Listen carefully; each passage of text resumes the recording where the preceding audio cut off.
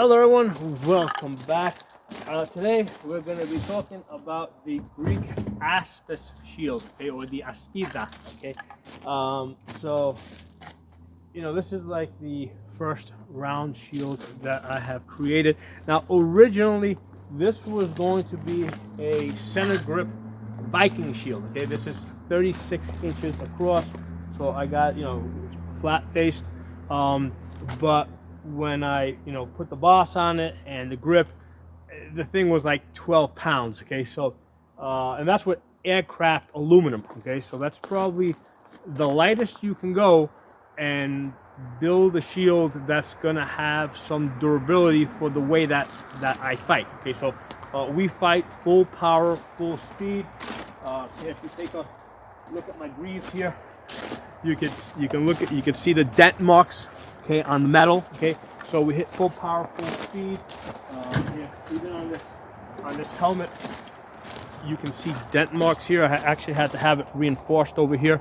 So this is a 9-pound helmet. So we hit hard, okay. So I need to build a shield that's gonna last. So one option was to build it out of like 1/2-inch plywood. One option was to try and build it out of 1/2-inch plywood and try to reinforce the edges, in which case it probably would have ended up being a lot more than just 12 pounds. I probably would have ended up with a 15+ pound shield. So or the other option was to go, like, let's say, with a 1/4-inch plywood, which would have been very thin.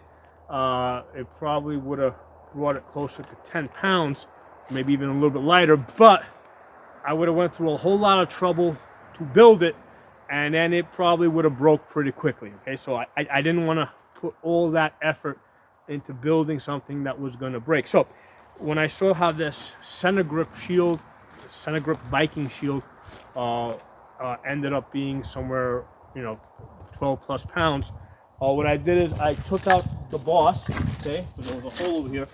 I took out the boss, I closed it up, all right, and I strapped it like a Greek Aspis, right? So the forearm strap basically right down the middle, and then this goes out as far as it can go, okay? So you can't go any further than that, because then because if I did that, this center strap would have to move further out. Now I did experiment, okay? If you look over here, there's holes back here. I did experiment with moving it further back. So when my arm was further back, what happened is the shield was really front heavy, right? And it was harder to hold up. So with a shield this big and heavy, this one I actually weighed it on a scale. It came out to 12 pounds 5 ounces. Strapping it here with your hand over here, this weight back here acts as a counterbalance, so that I can actually sit in this position like this, okay?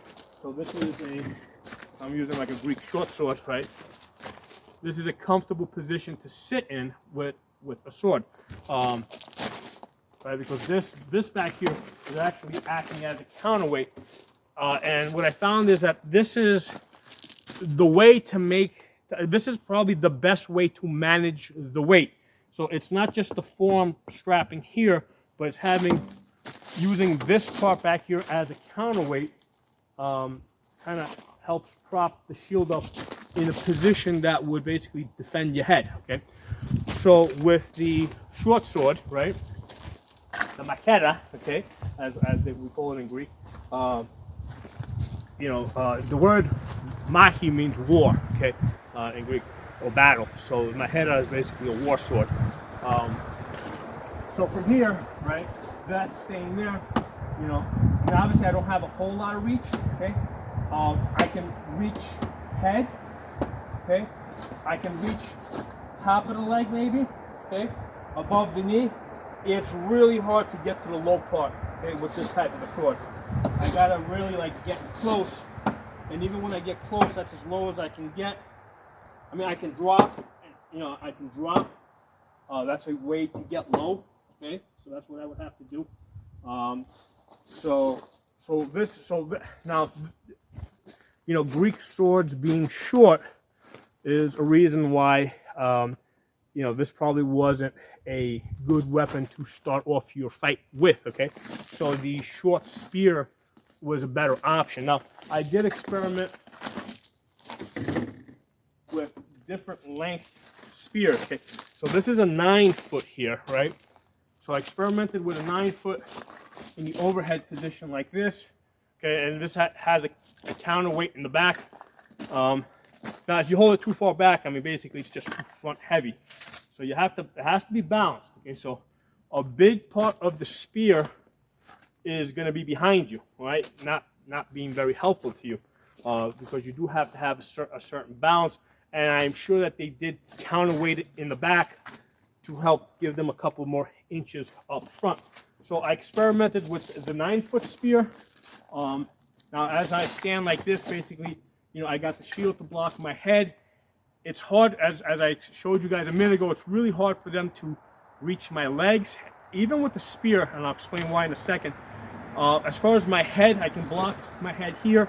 I can also use the spear to deflect shots coming in. Now, I'm using a helmet, right? So with the helmet against the spear, let me put this down for a second. So if you've got a pointy thing coming at you, right? Let's say this is a spear point, okay? Against a round surface, right? Like obviously this is not a Greek helmet. It's really easy for this to deflect, okay? So the shots would have to be really well aimed at the eyes. So there's a really small target area. Any shots up here with the pointer are gonna skip. They're gonna glance, and I'm sure that they develop techniques to kind of, you know, duck their heads just a little bit. A cut, right, with a sword would actually will stick better. You know, I mean, they'll still skip, but when I use, let's say, steel blades on helmets like this, I can angle the shots in so that they can actually transfer some impact to the helmet. But if you try to thrust, the thrust is always going to skip off, okay? And that's also true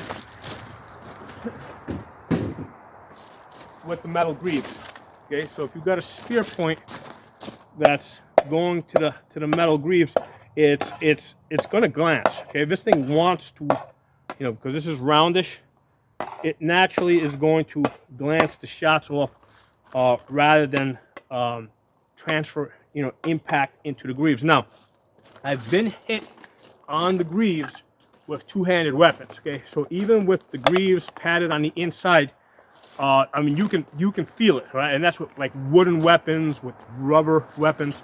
So one of the things that I have, you know, because I've been thinking about how this worked. You know, one of the basically the ancient Greeks didn't. I don't think that they had to fight against like halberds, okay, large two-handed weapons.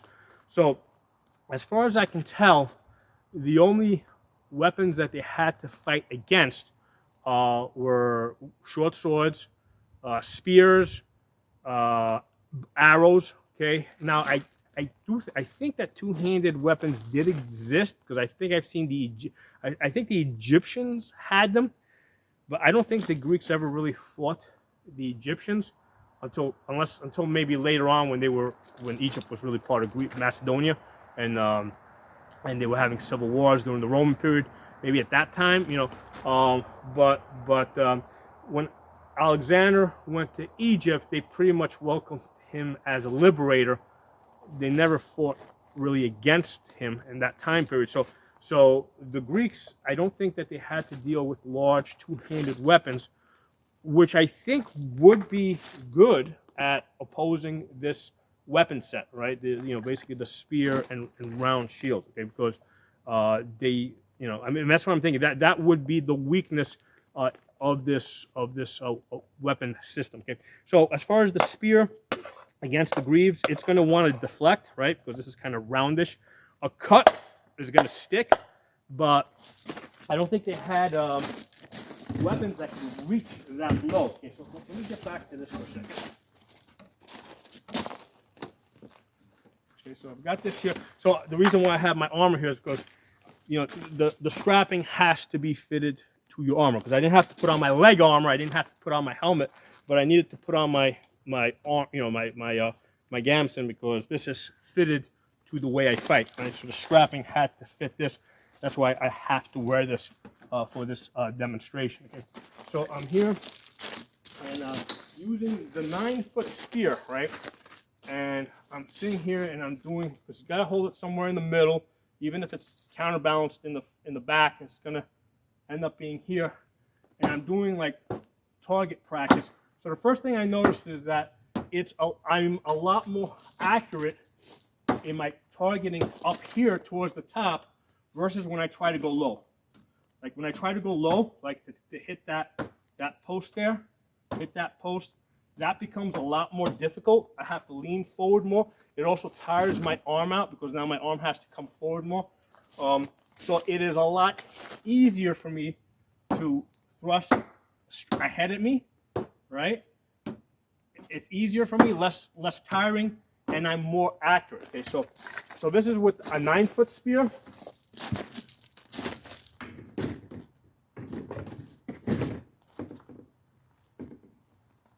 I also tried it with a 7-foot, right? So I mean, this is a halberd that I'm thinking of putting together, but right now I'm just using the rubber axe head back there as a counterweight. So this ends up being, even though it's 9 foot, it ends up being because it's what is it? It's like 2 feet longer, but because of the balancing, I end up only giving up, I think, like maybe a foot. Okay, because of the balancing aspect. So with the 7-foot, right, first of all, this is a lot lighter in my hands, and I'm a lot faster, and I'm finding that I'm a lot more accurate. Okay? So when we look at, I think I've seen some images, I think like on Greek vases, the typical spears that they use, I mean, I think they're probably somewhere in the area of 6 to 7 foot, okay?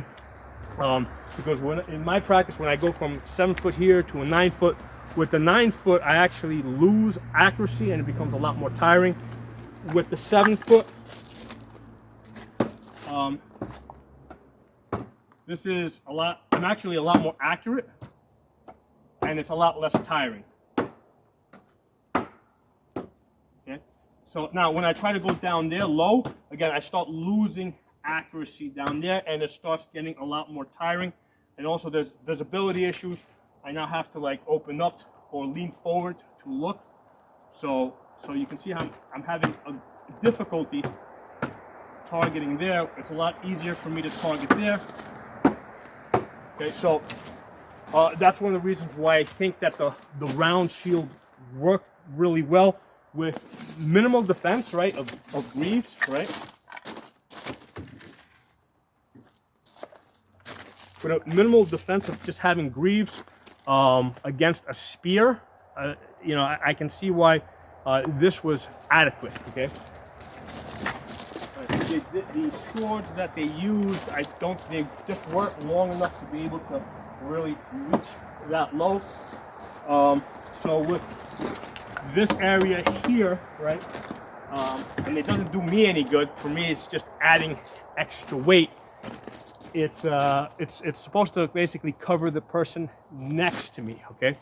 So this type of a shield was designed to work in the phalanx, right, or in the line formation.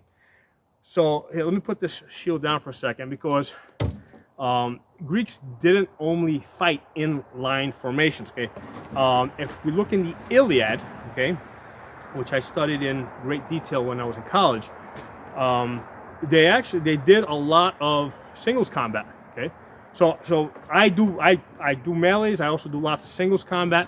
So I want shields that will work in both. Okay, so the ancient Greeks, especially during the Iliad, you know, at the time that the Iliad was written, they did lots of singles combat. Right, we got the famous battle between Hector and Achilles, but there was lots of other battles that are mentioned in the Iliad. In fact, to them that was like, yes, they did have some grand battles. I think there's at least two that they mentioned. One is when they first arrive, and there's a few others um, where the Trojans push them back to the ships. But a lot of the battles that are mentioned, a lot of the fighting that's mentioned in the Iliad, is actually singles combat, and part of the reason why a lot of these Greeks were fighting, and they tell us in the Iliad, is because they specifically wanted to become famous. They wanted to immortalize themselves. Okay, they wanted to go down in history as great warriors. So that was part of the reason why they were fighting. Okay, why they were there, and it's probably part of the reason why the Trojan War took 10 years, right? Because they weren't just there to defeat Troy. Okay, they were there to, to do great deeds, to become famous individually, right? To show individual heroicism, and also to raid a lot of the surrounding villages, right? Because they did spend a lot of time, gathering loot. They were there to enrich themselves. So defeating Troy was probably the least priority. Okay, so the point here is that since we know that from the Iliad, right, the Greeks did do a lot of singles combat, one-on-one. My question, it makes me think, is when they did singles combat, did they use large round shields, okay, or did they use smaller shields that were better suited to singles combat? I suspect that they did use smaller shields. Now, you might say that, hey, at the time of the Iliad, they used smaller shields, but later on, like during the Persian Wars, they used larger shields. My thinking is because to the Greeks, the Iliad and the Odyssey were kind of like culturally foundational. Okay, they look to the Iliad and the Odyssey as examples of how they should live and the things that they should do. So when they looked at the Iliad and they saw singles combat, I suspect that during a lot of these battles, maybe not the Persian Wars, which was against an external army, but certainly when the Greek city-states were fighting amongst themselves, I suspect that singles combat was also a big thing, right? A big part of that, right? Because they had the Iliad as an example to follow, right? And the Iliad showed them that singles combat is great and it can make them famous and rich, and that's probably the example that they followed. So, one of the things that a lot of people do when they look at Greek armor and weapons, they'll say that, hey, these weapons or the fighting that the Greeks did was purely for fighting in a phalanx, or or purely for fighting in a line formation. But I don't think that's the only thing that they did. Okay? I think that they also did singles combat. And the question, I don't know the answer to this, is when they did singles combat, did they use a war shield like this to do their singles combat? Or did they use a different shield, a smaller shield that was better suited to singles combat, that was lighter, where it didn't have like half of the shield out here, because that's really not covering anything, okay? All that's doing is acting as a counterweight right now, at best, okay? So a smaller shield would serve me a lot better. So that's one of the questions that came up from this experimentation with this round shield. I'm pretty sure that we know at the time of the Iliad they did singles combat. Most likely they also did singles combat later on. The question is, did they use different shields, smaller shields? Okay. Now, one of the questions that will also come up is, well, this is a flat shield compared to the domed shield, the curved shield that is typically associated with with the Greeks, or the Hoplon. So, as I think that the primary purpose of that curve is because I think that a few people have rebuilt these large Greek aspices with the curve, and they typically come in at 15 plus pounds, 15 to 17 pounds. So that's heavy. So if you're marching across large areas, yeah, man. I mean, basically, I think they were just using that curve to hang it on their shoulder so that they could more easily transport. Okay, so I think that that's the primary purpose of that curve, just hanging it on your shoulder. Other possible purposes, like this one's flat. I mean, yeah, I mean, as far as hand protection, as you can see, I have to have a gauntlet here, because if I take a stance like this, it is possible for me to get hit here. A curve would protect that hand better. But other than that, there really is no major difference. And here, let me put this down for a second.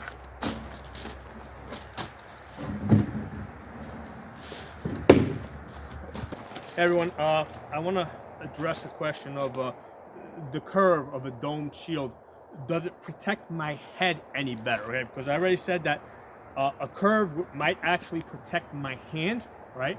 But as far as my head, the answer I believe is no, because I still need to be able to see. So no matter what dimensions the shield has, right, I still need a line of sight.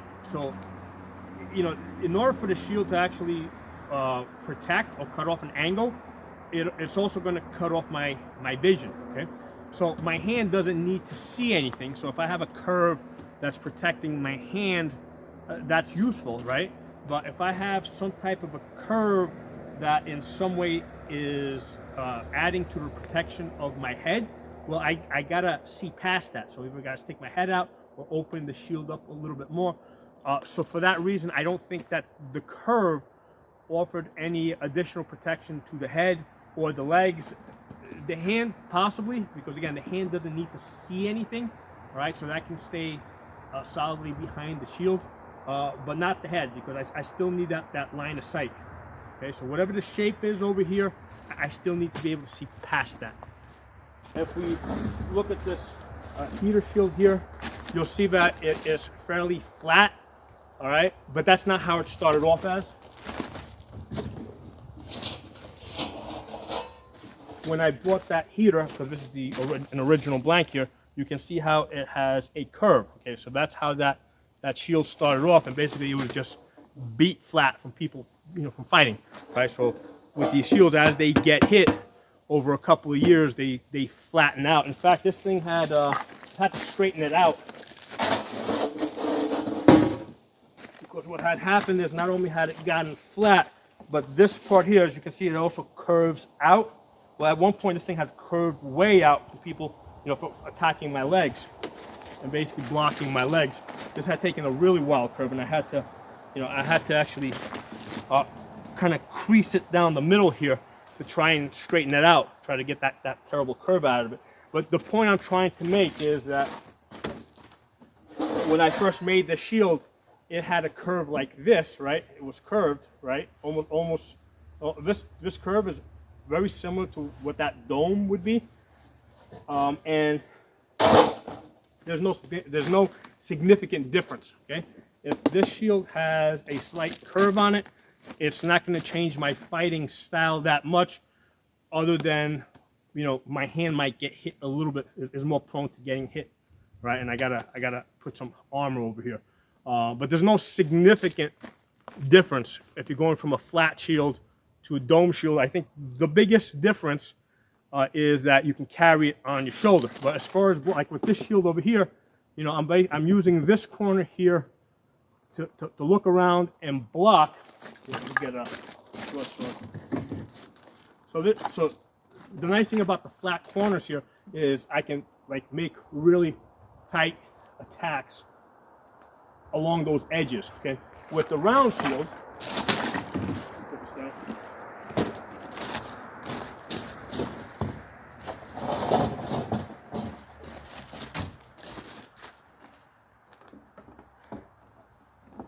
okay, so with the round shield, this sticks out more here. So basically, this kind of, to some extent, interferes with my cut.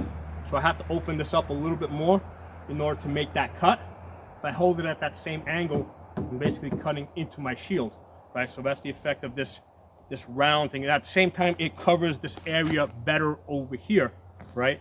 So with this, like, I'm better defended, and all my attacks are going to be up here. And also with this, I'm primarily going to want to attack up here and down here, right?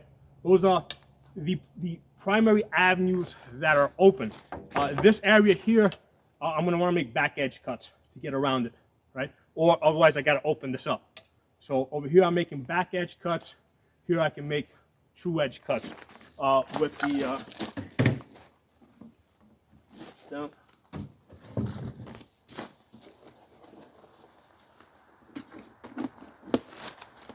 With this style of a shield here, I got this sharp corner here to block my head, okay? But this is flat.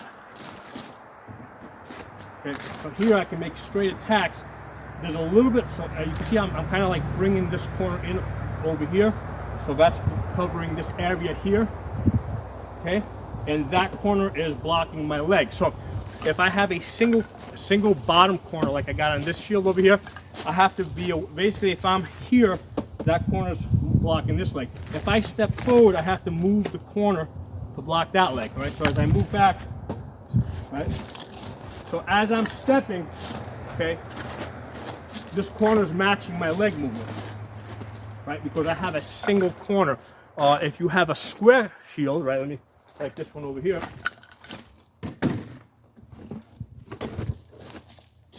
Again, with the short sword that the Greeks used, blocking the legs would have been less of a concern, okay? When I fight with the longer swords, I have to be able to block the legs. So with this style of the shield,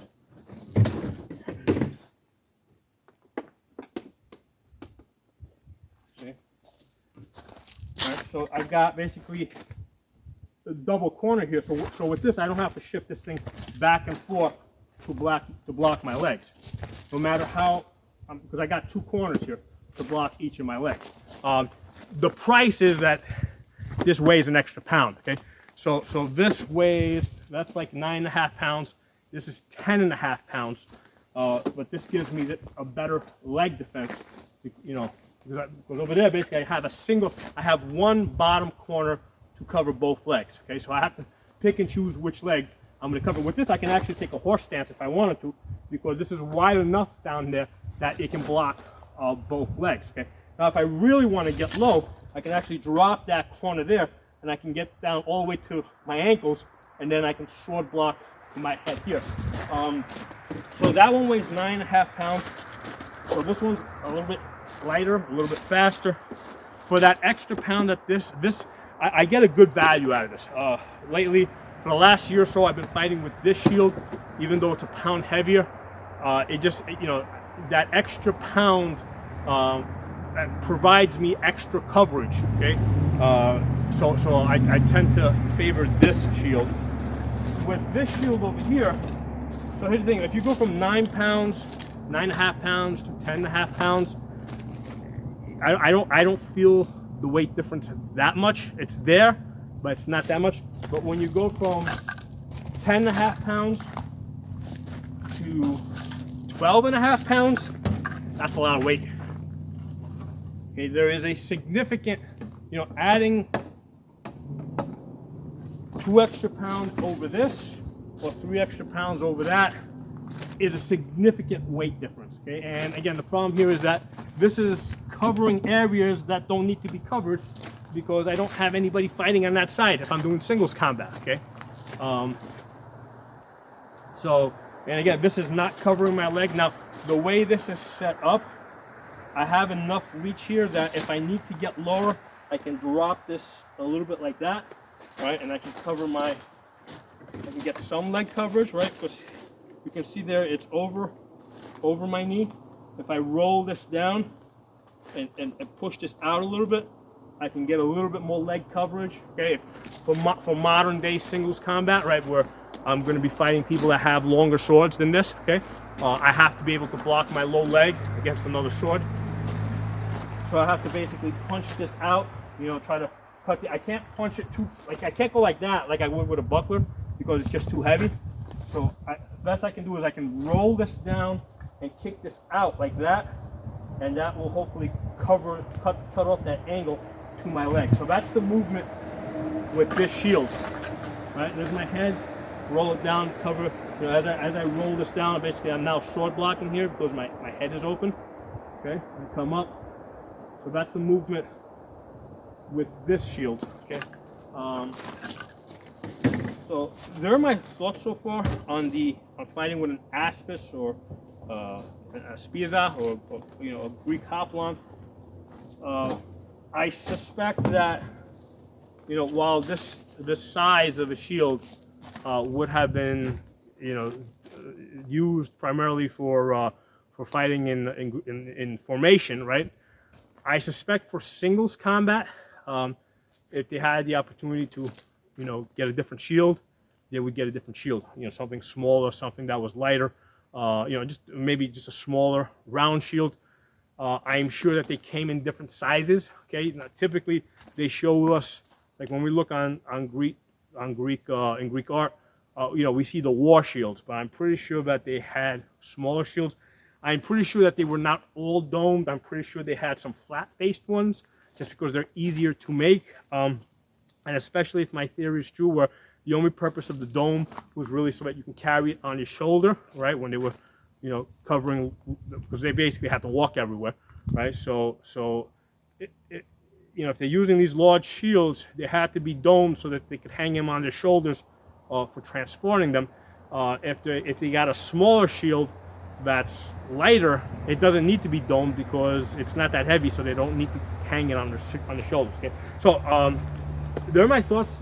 You know, I'm going to continue experimenting with this, and if I come up with anything different, I'll do an updated video. Okay, so let me know what you guys think. Drop some comments below, and I'll talk to you all soon.